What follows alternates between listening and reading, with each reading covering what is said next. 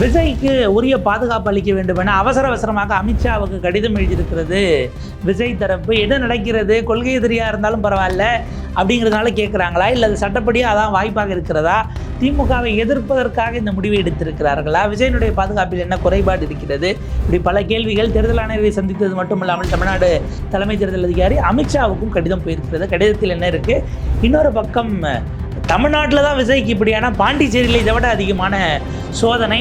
அவருக்கு 19 இடத்தில் பேசுவதற்கு அனுமதியை மறுத்திருக்கிறது பாண்டிச்சேரி அரசு. வீட்டுக்குள் இருந்தபடியே ஆன்லைனில் பிரச்சாரம், அதுதான் விஜய் முன்னால் இருக்கும் வாய்ப்பா அலசுகிறது இந்த செய்தி தொகுப்பு.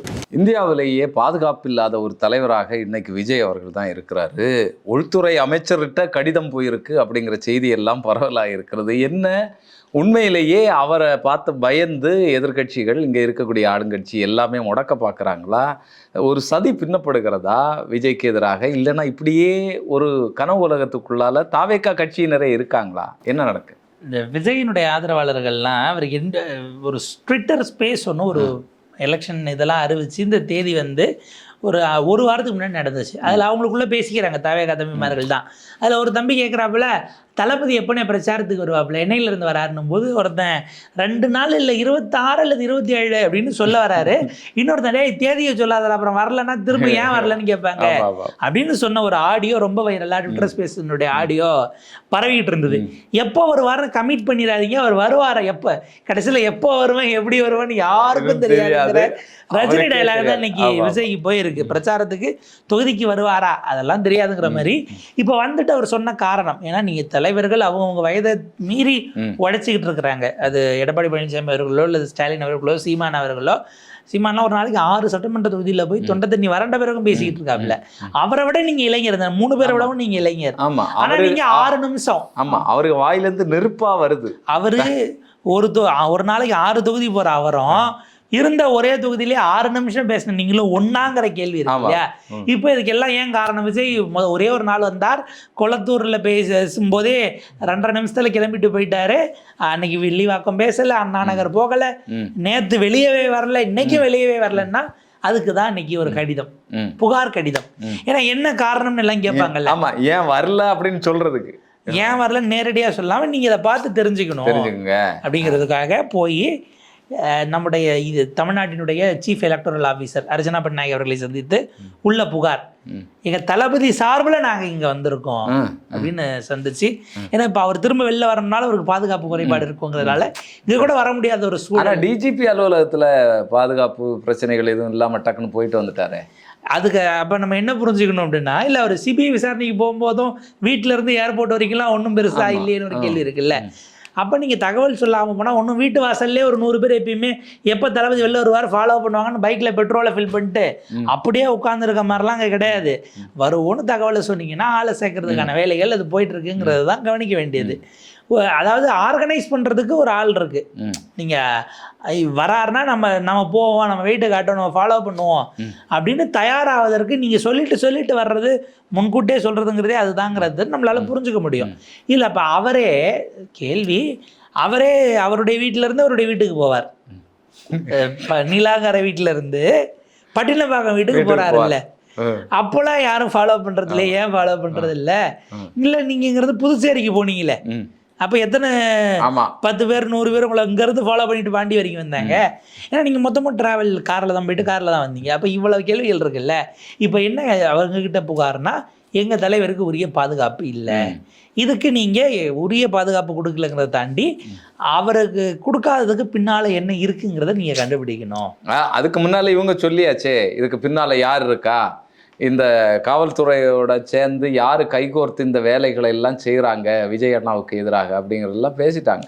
நேரடி அதெல்லாம் பிரஸ் மீட்ல பேசினது. நீங்க கம்ப்ளைண்ட் லெட்டர்ல திமுக தானே எவிடன்ஸ் இருக்கான்னு கேட்டாங்க, என்ன பண்றது? அதாவது சமமான வாய்ப்பை எல்லோருக்கும் உருவாக்கி தரவில்லை. ஸ்டாலினுக்கு அதிகமான போலீஸ் பாதுகாப்பு அவர் பிரச்சாரத்துக்கு வந்தா போடுறாங்க, அவருக்கு ரோட் ஷோ கொடுக்குறாங்க, எங்க தளபதிக்கு கொடுக்கல. இந்த உதாரணம் வரைக்கும் வைக்கலாம். சமமான வாய்ப்பு இல்லைங்கிற குற்றச்சாட்டு வரைக்கும் வைக்க முடியுமே தவிர திமுக நேரடியாக அவங்க தான் கூப்பிட்டு கொடுக்காதீங்கன்னு சொன்னாங்கிற மாதிரியான குற்றச்சாட்டை கம்ப்ளைண்ட்ல வச்சா அது அவங்களுக்கே பேக் ஃபயர் ஆகிறதுக்கான வாய்ப்பு இருக்கு. ஆச்சா, இப்போ அமித்ஷாவுக்கு கடிதம் போயிருக்கு. இந்த பக்கம் கொடுத்தது இது வேற. இப்போ என்னன்னா, நான் ஒய் பிரிவு பாதுகாப்பில் இருக்கிற விஜய்க்கு உரிய பாதுகாப்பு இல்லை, அப்படின்னு அவருக்கு கடிதம். தாவேகா தலைவர் விஜய்க்கு என்ன தாவேகா தரப்புலேயே கடிதம் எழுதியிருக்கிறார்கள். ஏன்னா இப்போ விஜய்க்கு தான் ப்ரொடெக்ஷன், டிவிகே லீடருங்கிறதுக்காக அவருக்கு ப்ரொடெக்ஷன் கொடுத்தாங்களான்னு ஒரு கேள்வி இருக்குது. ஒரு நடிகராக அவர் ப்ரைவேட்டாக வேணும்னு கேட்டு ரெக்வஸ்ட் பண்ணி வாங்கியிருக்கிறாப்புல. இதில் பெரம்பூர்லேருந்து குளத்தூருக்கு அவர் வரும்போது போலீஸை பாதுகாப்பாக வழியில் வழங்கலை அப்படின்னு நிர்மல்குமார் கடிதம் எழுதியிருக்கிறார் அமித்ஷாவுக்கு. வழியிலன்னா யாராவது கடத்தி கொண்டு போக போகிறாங்களா என்ன ஒன்றும் தெரியலையே. இப்போ இந்த இடம் தான் நேற்றுக்கு நம்ம பேசியிருந்த அந்த காணொலியில இருந்து அதையே திரும்ப ரீஹைட்ரேட் பண்ண வேண்டியிருக்கு. பெரம்பூருக்கு 5 மணிக்கு போகிறதா நீங்கள் சொன்னீங்கன்னா அவங்க ஏற்பாடுகளை எவ்வளோ மணி நேரம் முன்னாடி பண்ணுவாங்க? மினிமம் 1 மணி நேரத்துக்கு முன்னாடி அதை என்ஷூர் பண்ணுவாங்க. நீங்கள் 2 மணி நேரத்துக்கு முன்னாடி எதுக்கு போனீங்கிறது இருக்கு. ஏன்னா வெறும் விஜய் மட்டும் இங்கே தலைவர் இல்லை, இருக்கிற அத்தனை தலைவர்களும் பர்மிஷன் ஆகிட்டு அங்கங்கே கூட்டம். சென்னை முழுக்க ஏறத்தாழ 200 சொச்ச இடங்கள் அந்த மாதிரி போய் பிரச்சாரம் பண்ணுவதற்கு திருமுனை கூட்டங்களுக்கு ஒரு 160 இடங்களை டெசிக்னேட் பண்ணியிருக்கிறாங்க. நீங்கள் இந்த ஏரியானா இந்த இடத்துல நீங்கள் கேட்கலாம், அவங்க 2 இடம் விட்டுருப்பாங்க. யார் முதல்ல போய் கேட்குறீங்களோ ஆன்லைனில் அப்ளை பண்ணிவிட்டு அவங்களுக்கு செக் பண்ணிவிட்டு சாங்ஷன் கொடுக்கறதுங்கிறது தான் விஷயம். முதலில் வருபவருக்கு முன்னுரிமை அந்த பேட்டர்னில் தான் இது கொடுக்கறதே போயிட்டு இருக்கிறது, உங்களுக்கு பர்மிஷன் கொடுக்கறதே. அப்போ நீங்கள் விஜய் சொன்ன நேரத்தை விட கூட போயிருக்கீங்க. ஒன்று இதிலே நீங்கள் பிரச்சனை பண்ணியிருக்கீங்க. ஏன்னா எவ்வளோ பேர் மேலே வழக்கு போட்டிருக்காங்க? 5000 பேர் மேலே. 5000 பேரை கூடுறதுக்கு உங்களுக்கு எப்போ பர்மிஷன் கொடுத்தாங்க அப்படிங்கிற கேள்வி இருக்கு. 5000 குறிப்பிடவே இல்லையேங்கிற சிக்கல் இருக்கு. ரெண்டாவது நீங்கள் உங்களுக்கு போதிய பாதுகாப்புனா நீங்கள் வரேன்னு சொன்ன டைமுக்கு தான் போலீஸ் உங்களுக்கு பாதுகாப்பு கொடுக்க முடியும். நீங்கள் எதுக்கு 1.25 மணி நேரம் 2 மணி நேரம் முன்னாடியே போனீங்க? அப்போ அதில் உங்களுக்கு என்ன திட்டம் இருக்கு? இதில் நான் வேற விதமாக கேட்குறேன். போலீஸ் உங்களுக்கு ரோட் ஷோக்கு பர்மிஷன் மறுத்துட்டாங்க, நீங்கள் ஏன் ஸ்லோவாக போய் கூட்டம் சேரட்டுங்கிறதுக்காக போனீங்க? இதெல்லாம் ஏற்கனவே கரூர் பேட்டர்ன். இது வந்து கரூருக்கு, நாமக்கல்லேருந்து கரூர் வரைக்கும் வந்த அந்த பேட்டர்னை இங்கேயும் கடைபிடிச்சிருக்கிறார். அந்த பேட்டர்னில் தான் அதே இதுக்குள்ளே தான் போய் நீங்கள் திரும்ப திரும்ப திரும்ப திரும்ப இப்படி சிக்கிறீங்கிற இடம் நம்மளால் பார்த்துக்க முடியுது. அப்போ இவ்வளவு சிக்கல்களை வச்சுட்டு இப்போ அமித்ஷா கிட்ட அவர் உடனே விசாரணை என்னன்னு பார்த்து என்ன நடந்துச்சு அப்படின்னு இங்கே காவல்துறையினர்கிட்ட கேட்டு ஏன் உரிய பாதுகாப்பு கொடுக்கல அப்படின்னு எதுவும் கேட்க போகிறாரா என்னங்கிறது இதில். ஆனால் நிர்மல்குமார் தான் எழுதுறாருன்னா ஆகியோம் என்ன சொல்லுவாங்க, அவர் ஏற்கனவே RSS பிஜேபியிலேருந்து வந்தவர், அதனால் அவரால் அக்சசபிலிட்டிங்கிறதால அவர் செய்கிறாரு அப்படின்னு ஒரு தரப்பு ஒரு மீது வாதம் வைக்கலாம். அவர் திருப்பரங்குன்றத்தில் இன்னைக்கு வேட்பாளர் வேற, பாஜக கேட்ட திருப்பரங்குன்றத்தில் தாவேகாவின் வேட்பாளராக போய் வேற இணைப்பு சிலை இறங்கியிருக்கார். இது ஒரு பக்கம். இப்போ விஜய் அவர்கள் ஒரு வீடியோ வெளியிடுவாரான்னு எல்லாரும் ஆர்வமாக பார்த்துக்கிட்டு இருக்கிறாங்க. என்ன வீடியோனா, ஸ்டாலின் சார் ஆமாம் ஏதாவதுன்னா நான் என் வீட்டில் இருப்பேன் இல்லைன்னா ஆஃபீஸில் இருப்பேன், பிரச்சாரத்துக்கு வர மாட்டேன், என் தொண்டர்களை எதுவும் பண்ணிடாதீங்க அப்படின்னு ஒரு வீடியோ ரிலீஸ் பண்ணார் இல்லையா? இப்போ இப்படி ஒரு வீடியோவை புதுச்சேரி முதலமைச்சர் ரங்கசாமி சார் உங்களுக்கு ஏதாவது ஒன்றுனா என்கிட்ட போதுங்க அப்படின்னு விஜய் வெளியிடுவார். ஆக்சுவலாக விஜய் ரங்கசாமி எதிர்த்து வெளியிடக்கூடாது, அங்கேயும் தேர்தல் ஆணையம் கட்டுப்பாட்டில் தான் இருக்கு. அங்கே மாநில யூனியன் பிரதேசத்துக்கான தேர்தல் அதிகாரி யாரோ, சீஃப் எலக்டரல் ஆஃபீஸர் யாரோ, அவங்கள திட்டி தான் விடணும். இல்லைன்னா புதுச்சேரிக்கு அங்கே முழு நேர இது தலைமை காவல் அதிகாரி யார் இருக்காங்களோ அவங்களுக்கு தான் நீங்கள் விடணும். அங்கே டிஜிபி இருக்காங்கன்னா புதுச்சேரி டிஜிபி சார் உங்களுக்கு ஏதாவது ஒன்றா என் தொண்டர்களை ஒன்றும் பண்ணிடாதீங்க, பயப்படுறீங்களா இப்படி ஏதாவது. ஏன்னா 23 இடங்களில் பிரச்சாரம் செய்ய அனுமதி கேட்டு 23 இடத்துல விஜய் போய் பிரச்சாரம் செய்வார். இங்கே பெரம்பூரில் போன மாதிரி இதில் போன மாதிரி வேனில் போய் அப்படி ஸ்லோவாக ஓட்டிகிட்டு போய் அவர் பிரச்சாரம் செய்யுதுன்னு கேட்டு அதை 19 இடத்துல தர முடியாதுன்னு காவல்துறை அனுமதி மறுத்து விட்டது. 2 இடத்துக்கு தான் கொடுத்துருக்காங்க. 4 23 19 போக 4. ஆக அந்த 4 இடமும் நீங்கள் பார்த்து கொடுக்கறதுனா கொடுங்க அப்படின்ட்டு பர்மிஷன் சாங்ஷன்டு. விஜய் என்ன பண்ண போகிறார்? வழக்கு போட போகிறாரா? இல்லை அங்கே பாண்டிச்சேரிக்கு திரும்ப புஷி ஆனந்துங்கிறது டிநகர்லேருந்து அனுப்பினா அவர் அப்படியே சொந்த ஊருன்னு போயிடுவாராங்கிற ஒரு யோசனை இருக்கும். இல்லை இங்கே எழும்பக்கூடிய குரல் வந்து அங்கேயும் எழும்பணும்ல. உங்களுக்கு இங்கே கடுமையாக திமுக வந்து காவல்துறையை கையில் வச்சுக்கிட்டு தேர்தல் ஆணையத்தோடு கூட்டு சேர்ந்து சதி செய்கிறது அப்படின்னா அங்கே சதி செய்கிறது யாரு? இதில் ஒரு ஹைலைட் என்ன தெரியுமா? அங்கே முதலமைச்சரை விடவும் யார் கட்டுப்பாட்டில் காவல்துறை இருக்கும்னா யூனியன் டெரிட்டரியில் அடிப்படையில் அமித்ஷாக்கே நேரடியாக ரிப்போர்ட் பண்ணுவாங்க. உள்துறை அமைச்சர் நீங்கள் பேருக்கு எடுத்தாலும் உள்துறை அமைச்சர் பாஜகவினுடைய நமச்சிவாயம், போலீஸ்க்கு மந்திரி நமச்சிவாயம், அதை விடவும் போலீஸ் கண்ட்ரோல் பட்டுப்பட்டது அமித்ஷாக்கு. அப்ப விஜய்க்கு பர்மிஷன் கொடுக்காது யாரு? அமித்ஷா போலீஸ். அமித்ஷா போலீஸ் கொடுக்கல, இங்க பாதுகாப்பு கொடுக்கல, நீங்க யாருக்கு லெட்டர் எழுதிருக்கீங்க? அதே அமித்ஷாக்கு. இப்ப நிர்மல்குமார் திரும்ப ஒரு லெட்டர் ரெடி பண்ணி இந்த மாதிரி உங்களுக்கு கட்டுப்பாட்டில் இருக்கக்கூடிய காவல்துறை எங்கள் தலைவருக்கு உரிய பிரச்சார அனுமதியை கொடுக்கவில்லை. காவல்துறையிடம் நீங்கள் ஒரு அறிக்கை இங்க பண்ணாங்க. என்னன்னா ஞானேஷ்குமார் அவர்களுக்கு ஒரு லெட்டரு, நீங்க தமிழ்நாட்டினுடைய தலைமை தேர்தல் அதிகாரிகிட்ட எல்லா அதிகாரிகளும் சமமாக செயல்படுகிறார்களா அப்படிங்கிற மாதிரி ஆளுங்கட்சிக்கு சாதகமாக இருக்காங்களான்னு ஒரு அறிக்கை கேளுங்கன்னு ஒரு லெட்டர் அவங்களுக்கு போட்ட மாதிரி அமித்ஷாவுக்கு ஒரு லெட்டரை போட்டு இங்கே இருக்க புதுச்சேரியில் இருக்கக்கூடிய அங்கே தலைமை செயலாளர், உள்துறை செயலாளர், டிஜிபி இவங்கெல்லாம் எங்களுக்கு ஏன் கொடுக்கறது இல்லைன்னு ஒன்று கேளுங்கன்னு ஒரு லெட்டரை கொண்டு போய் இப்போ யார் மேலே கம்ப்ளைண்ட் பண்ணுறதுன்னு ஒரு கேள்வி இருக்கு.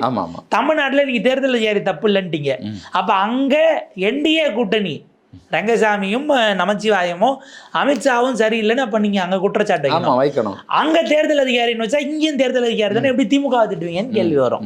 இப்போ யாரை திட்டுறது, யாரை திட்டாம விடுறது, பிரச்சாரத்துக்கு போறதா இல்லையா, இப்படியான ஒரு இடியாப்ப சிக்கல்ல சிக்கி இருக்கிறார் விஜய் மாட்டி இருக்கிறார். தமிழ்நாட்டில் தான் இந்த சிக்கல்னா இதுல நாளைக்கு கிளம்பி போய் திருச்சியில் வேட்புமனு தாக்கல் முடிச்ச பிறகு பிரச்சாரம் திருச்சி கிழக்கில் அவர் போட்டியிடக்கூடிய இந்த தொகுதியில் பிரச்சாரத்துக்கும் அனுமதி வாங்கியிருக்கிறார். இதுல ஏண்டா திருச்சியில போட்டோன்னு சொல்லி விஜய் இப்ப நினைப்பாரா என்னன்னு தெரியல. இதே இவ்வளவு பிரச்சனையா இருக்கே சென்னை, திருச்சியில வந்து மண்டைய பிளக்கும் வெயில் உச்சத்துல இருக்கும் தமிழகத்துல, அங்க போய் எப்படி இவர் தப்பிச்சு வரப்போறாரு? இவர் கரியரோட உச்சம் இல்ல, கரியரோட உச்சம் வெயிலோட உச்சத்துல வெளில வரக்கூடாதா?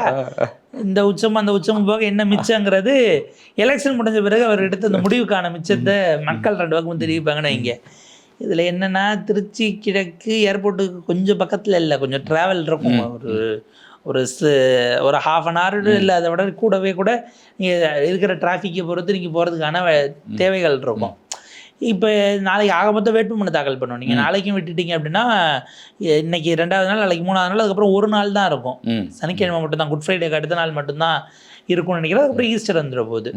ஸோ இந்த நேருக்கு அந்த குழப்பம் இருக்குது. இப்போ நாளைக்கு விட்டால் 6 அந்த இதுக்குள்ளே போய்டுன்னு வச்சுக்கோங்களேன். அப்போ இந்த இடத்துல விஜய் இருக்கக்கூடிய வாய்ப்பை அவர் காலி பண்ண முடியாது, நாளைக்கு போய் ஆகணும். இதே வேட்புமனுவா அங்கே வேட்புமனுவோட தொகுதி பேரை மட்டும் மாற்றி போட போகிறாருன்னு வச்சுக்கோங்க. அதே வேட்புமனு தான் 2 இடத்தையும் போட போகிறாரு. இப்போ புதுசாக அவர் மேலே போட்ட கேஸ், இந்த தேர்தல் விதிமுறை வீரர்கள் கேஸ் வேணால் அதில் சேர்த்துக்கலாம். ஒரு 5 பிரிவில் எக்ஸ்ட்ரா வழக்கு உங்கள் மேலே என்ன வழக்கு இருக்குன்னு சொல்கிறதுல சேர்க்கலாமே தவிர மற்றபடி அதில் எதுவும் பெரிய ஆல்ட்ரேஷன்ஸ் இருக்காது. இப்போ அவர் அங்கே போகிறாருன்னா இறங்கி அவர் அங்கிட்டு இருந்து திருச்சி போகிறது அப்படிங்கிறதுக்குள்ளே திருச்சி கிழக்குக்கு உள்ளே போகிறது, அதாவது முதல்ல வேட்புமனு தாக்கல் பண்ணுறதுக்கு தான் போனோம். ரிட்டர்னிங் ஆஃபீஸரை பார்த்துட்டு தான் இந்த பிரச்சாரம், அதுக்கு அடுத்து வரக்கூடிய நெருக்கடி. அதுக்கு முன்னாடியே ரிட்டர்னிங் ஆஃபீஸர் இருக்கிற இடத்துல கூட்டம் கூட்டிடுச்சுன்னு வைங்க, வேட்புமனு தாக்கல் பண்ணி அவர் உள்ளே போகாமல் பெருங்கூட்டம் ஆயிடுச்சுன்னா இதெல்லாம் ரொம்ப பெரிய பிரச்சனைக்குரிய நெருக்கடிக்குரிய ஒரு இடத்துக்கு விஜயை கொண்டு போய் இந்த கூட இருந்தவங்க சிக்க வச்சுருக்கிறாங்க.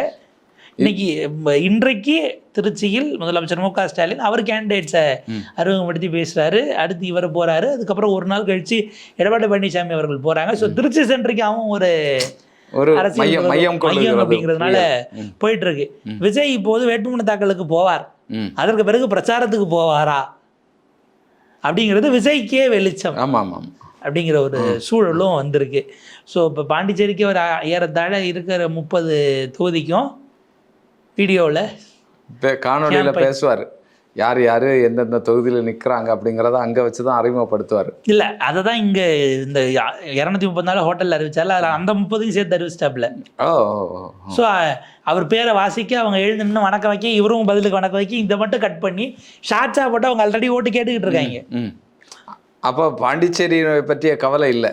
பாண்டிச்சேரி ஆமாம், இப்போ தமிழ்நாட்டில் மட்டும் ரொம்ப கவலை கொண்டு அளவுக்கு அதிகமாக வேலையாக பண்ணிக்கிட்டு இருக்காங்கிற மாதிரி நீங்கள் பாண்டிச்சேரி குறித்து கவலை இல்லைங்கிறீங்க. பாண்டிச்சேரியில் நம்ம ஆட்சி தான் அப்படிங்கிற மாதிரி தான் வேலைகள் இருக்கு. ஏன்னா பாண்டிச்சேரியில் அதாவது பாஜகவில் இருந்து 3 முறை மாநில தலைவராக இருந்தவரை உள்ள சேர்த்து நீங்கள் சீட்டை கொடுத்து விட்டு தூய ஆட்சியை அது வேற என்ன சக்தி, அது இல்லை, அது அங்கேயும் திமுக தீய சக்தினா ஆளுங்கட்சியில் நீங்கள் திட்டின ரங்கசாமி தீய சக்தின்னு அவர் இப்போ வரைக்கும் பேசல.